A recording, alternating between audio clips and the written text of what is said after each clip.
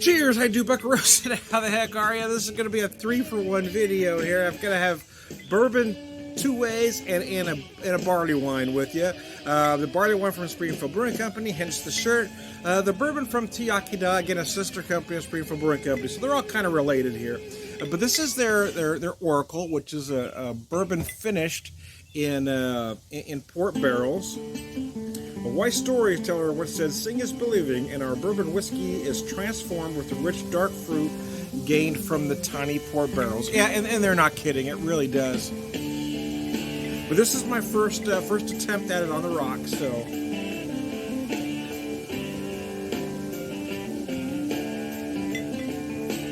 Oh, that's gorgeous. One thing rocks does do is it does bring, well, if you don't get too much water in there, but if you get the right amount of cold, the right amount of water, it will bring all of those sugars to the surface. So having said that, it does, the dark fruit, yeah, you are going to find that, and what dark fruit you get really depends on you and your palate, right? If you don't eat dates, you're not going to taste date. You're going to interpret it as something else. So you might find date and or fig in there. You might find raisin. You might also find some very overripe plum, which I pick out in there. But now that I've got it here in this capacity, what I noticed right away is some very deep dark brown sugar, because I found a hint of molasses in there. Also some maple, got just a little touch of maple in there as well.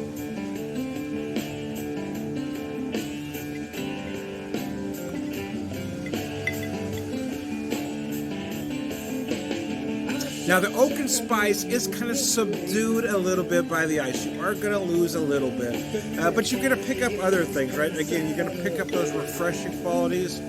And again, like I said, it brings all those sugars to the surface. It separates the sugars a little bit, so you feel them a little bit more. But it looks like now me and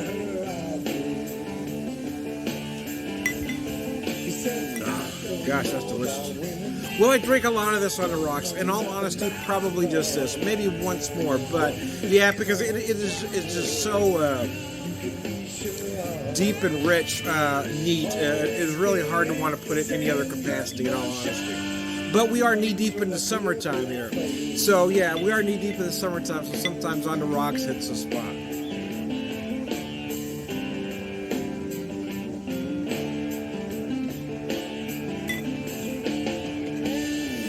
I decided to put some music on in the background. These are all songs that artists have allowed me to play. Right here is some the great Tom Gray with Delta Moon behind me, an artist that left us way too soon.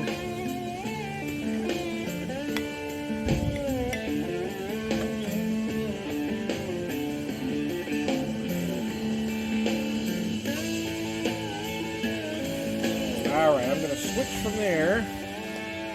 We're going to go from there to some of this barley wines. Let me show you this barley wine here again from Springfield Brewing Company. This is new packaging this year. In the past, the barley wine has been packaged a little bit different. The old standard is a port and sherry barrel aged barley wine. Brewed in celebration of our milestone 25th anniversary, the old standard is a full flavor English style barley wine that has been aged in port and sherry wine barrels for over 1 year. Notes of dry, dark fruit, hints of wine and oak dance upon rich caramel and toffee malt backbone, making a complex, harmonious barley wine, poured to a glass to enjoy the full flavor and depth of character.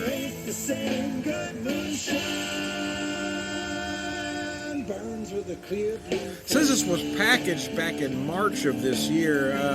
I don't know how I missed it, but I just recently found it at the brewery. But in fairness, I haven't been getting to Springfield Brewing Company as often as I would have liked to this year. Since I am a Mug Club member, it would behoove me to show up there at least once a month. But in all honesty, I've only been there twice this year to drink. I've been there 2 other times to pick up stuff to come home. I just haven't been getting out to drink much of any place this year for various reasons.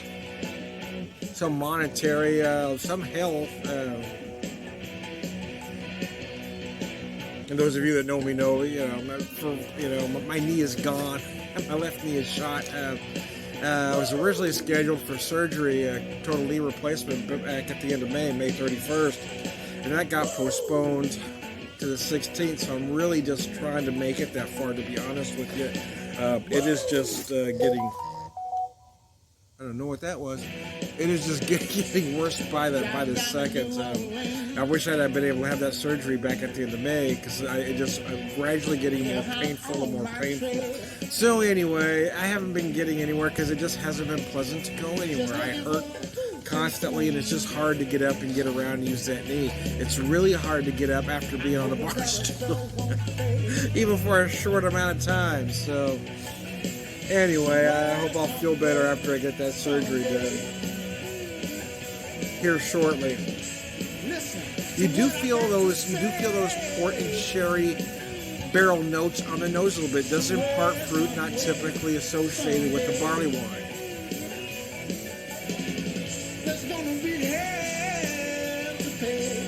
I get a lot of, again, some very dark, juicy, overripe plum. Again, you might feel some date and or fig. You might feel some raisin. You might even feel some dark cherry notes in there. Again, it's really between you and your palate, because if you don't eat any of those things, you're not going to taste any of those things. You're going to interpret it as another flavor aroma. You can't taste something you don't know what it tastes like, right? That's why I hate absolutism. I hate when certain beer geeks or even whiskey geeks are absolute. No, it has to be this flavor. You only should get this. Well, if somebody doesn't eat those things, they're not going to get that flavor. I don't know why that's so hard for some folks to understand. If somebody's never ate a date in their life, they're not going to interpret a flavor as date or fig. If you don't eat those things, you're not going to interpret it that way. They're going to interpret it as something else, and they're not wrong if that's how they feel it. Just because in your mind it's decidedly date, it doesn't mean that somebody else is going to feel it the same way. That's just that, again, that absolutism just drives me batshit crazy.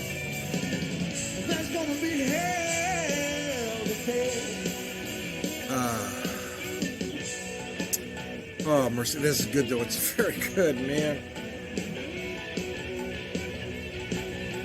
Again, I do love a barley wine. However, the however is, I would like every barley wine aged in something. It doesn't have to be a port barrel. It doesn't have to be a sherry barrel. It doesn't have to be a combination of both. It doesn't have to be a bourbon barrel.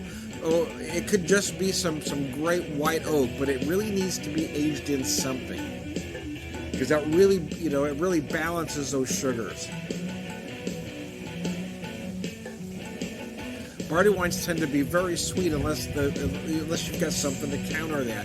And even just white oak will do that. It doesn't necessarily have to be a bourbon barrel or any spirit barrel.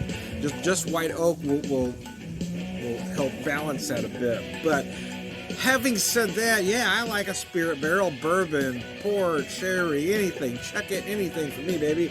Put it in a rye barrel. I'm okay with that. A few years ago, They did two barley wines that came out on Black Friday. One aged in a brandy, one aged in rye barrels. Both of those were freaking amazing.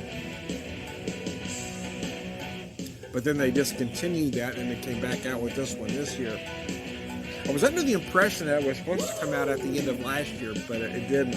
I have a feeling it just took a little longer to mature than they originally had thought. Then again, in my opinion, you can't leave this too long in a barrel. Now, some might say, Tom, you can.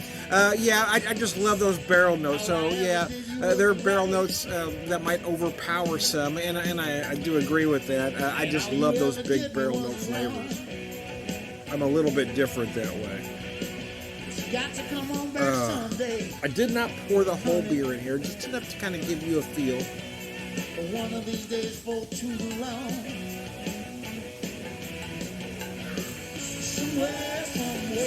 But as big and bold as it is, a lot of sugars up front, a lot of fruit, dark fruit, stone fruit in the middle. It gets to that finish, and it does that oak barrel, or those spirit barrels, I should say, help clean it up. Now they do add a little bit of sweetness, but you do feel those barrel notes right at the end. that help dry out the palate a little bit. So there you go. I'm going to go to my third product here.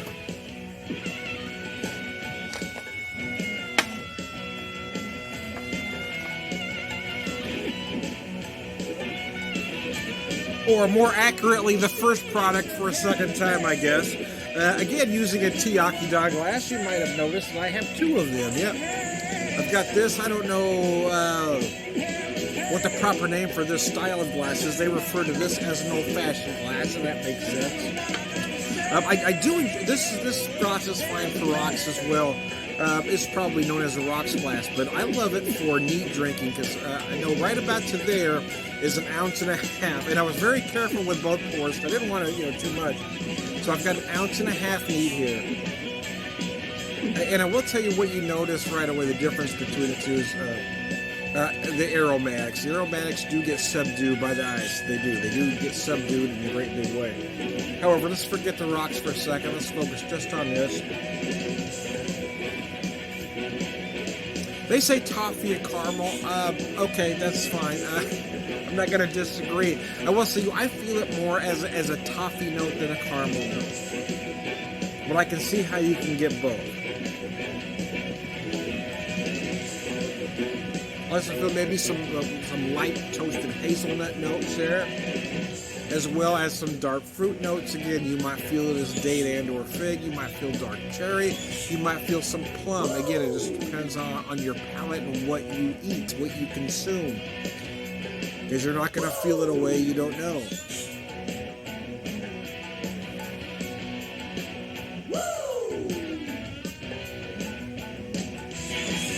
It was the great Studebaker John. I should have introduced the song early on, but I was on a roll talking. The great Studebaker John, he's a Chicago legend. The man is amazing. I saw him once, a couple of decades ago or more actually, but he's amazing. He's equally amazing on the harp as he is slide guitar. He's just amazing. So anyways, back to the whiskey. Yeah, sometimes I like to have a little music in the background. There's no turning back. Where you come from, how far you've run. I forgot I put this song on here. Oh, now I'm going to start crying. This is the great Barrick-Hill. It's a local artist. He's one of my personal favorites. He actually did a video with me.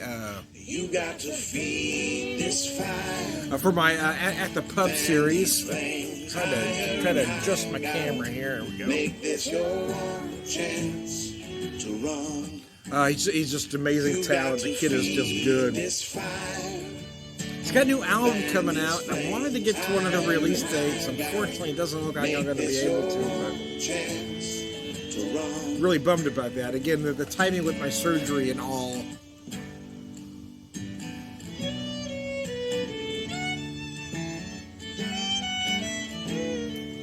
He's a local artist, but I didn't realize he was from the Pittsburgh, Kansas area because he's doing a show out there. And if I had the ability, I would get out there because I love that area. There's a great brewery out there, Jolly Fox. Jolly Fox is just amazing, and I would take any excuse to get back to the Fox. I really would, man. Burn this world up, baby. There's no one left to save it. Oh, God, this guy, his songs are just haunting to me, man. I just feel the lyrics deeply. I guess I'm one of those folks that either has the ability or inflection, depending on your interpretation, I guess. I think there's that distinct group between people who listen to music and people who feel music. Some of us don't just hear it, we feel it deep in our bones. And for those that don't, I mean, you can't explain how you feel to them. You just can't. Unless you can relate it to something else that they like. For instance, my wife, she listens, but she doesn't feel it like I do. Certain songs just hit me deeper. But how I can equate to her is how she feels about, she likes to do audiobooks or she likes to read a lot as well. So how she feels about that, that's how I can relate that, that particular feeling. It's just his voice, man. This guy is just amazing anyway. Where you come from, how far you've run, what time didn't dance. God, stuff is good. So again, I feel a lot of the sugars up front, right? Those big toffee notes. You might get caramel notes as well. It just depends on you. I also pick up a little bit of a toasted hazelnut note. I'm also getting this just the slightest hint of maple. I'm also getting some brown sugar, a deep dark brown sugar, because molasses is really up in the forefront. Ah, some Legs Diamond. Talk about a total 180 in music from Barrack Hill to Legs Diamond. A Hollywood or LA legend. God, I love this band. You saw them a handful of times, I'll say, in the Hollywood showcase clubs back in the day. Even though they actually came out in the late 70s. Even though they're somehow compared to hair bands, even though they really were never a hair band. They were that late 70s, early 80s LA metal sound though. Even though they never quite hit that proverbial big time.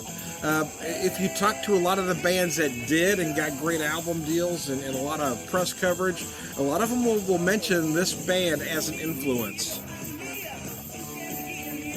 And if you're paying attention to a lot of those bands that you liked in the 80s, you're going to hear if you listen to some Legs Diamond, you'll hear that influence in a lot of those bands. Of course, I'm talking about bands like, Motley Crue, Rat, Great White, etc., that type of sound. You're really going to hear some influence here, man. I'm telling you. They were a lot better than they got credit for. And just an absolutely amazing live act. Spent a lot of time in the clubs back in the day. I did. I would lose myself in those clubs, man.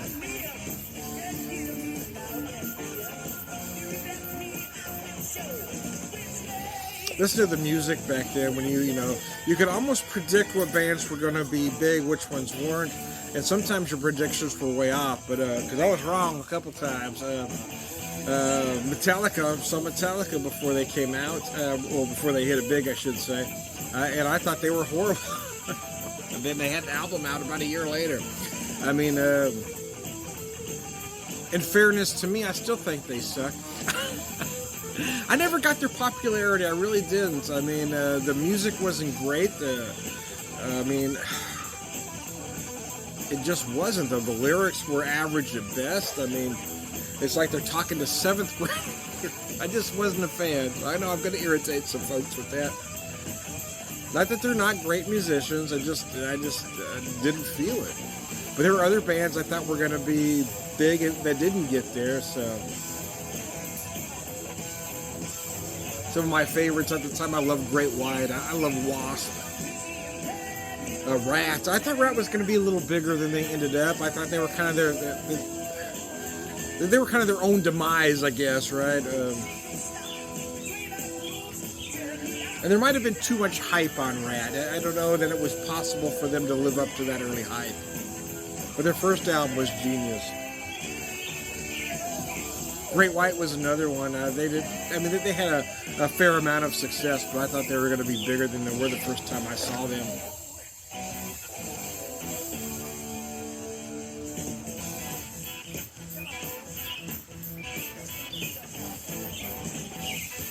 But again, going back to Legs Diamond, I do feel like Legs Diamond influenced a lot of those bands, and if you're able to talk to them, a lot of them will list them as an influence. Oh, mercy, Percy. Radio. Anyway, but I digress. Springfield Brewing Company. I do enjoy Springfield Brewing Company. I just wish I could have gotten there more this year. And I don't know, the circumstances have just been working against me this year. And that and the fact that I haven't been getting out to anywhere. It's not that I haven't been really anywhere more than Springfield Brewing Company, if it wasn't for work.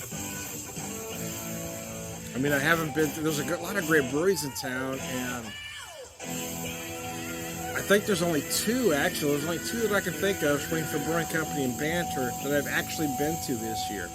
I mean, I had to mug the tie and timber last year. I could only get out there twice. You know, it just didn't happen for me. And this year's been even worse with my schedule and everything else. Then again, I just been in such an insane amount of pain, knowing I needed to get this knee fixed, and knowing I can't afford to get the knee fixed. You know, so there's just a lot going into why I haven't been getting around.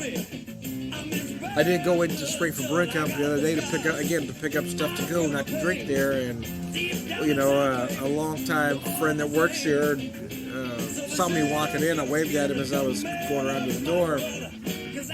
And he came down to say hi to me. So I've been seeing this. Man, I just can't get out of here anymore.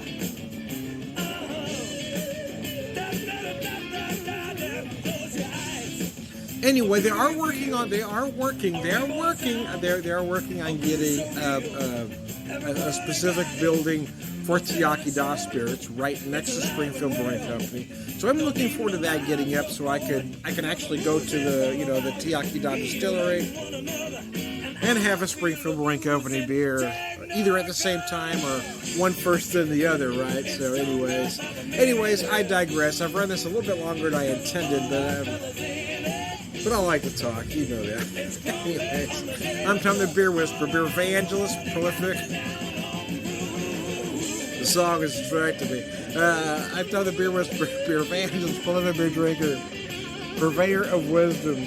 And there's the great Anthony Gomes there. The guy's amazing.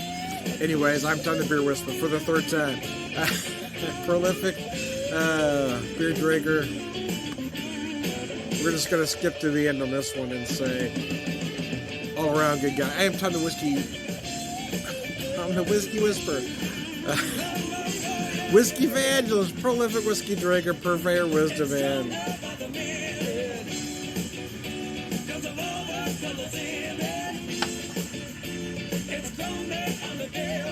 all right, good guy. Thanks for tuning in, guys. I appreciate you.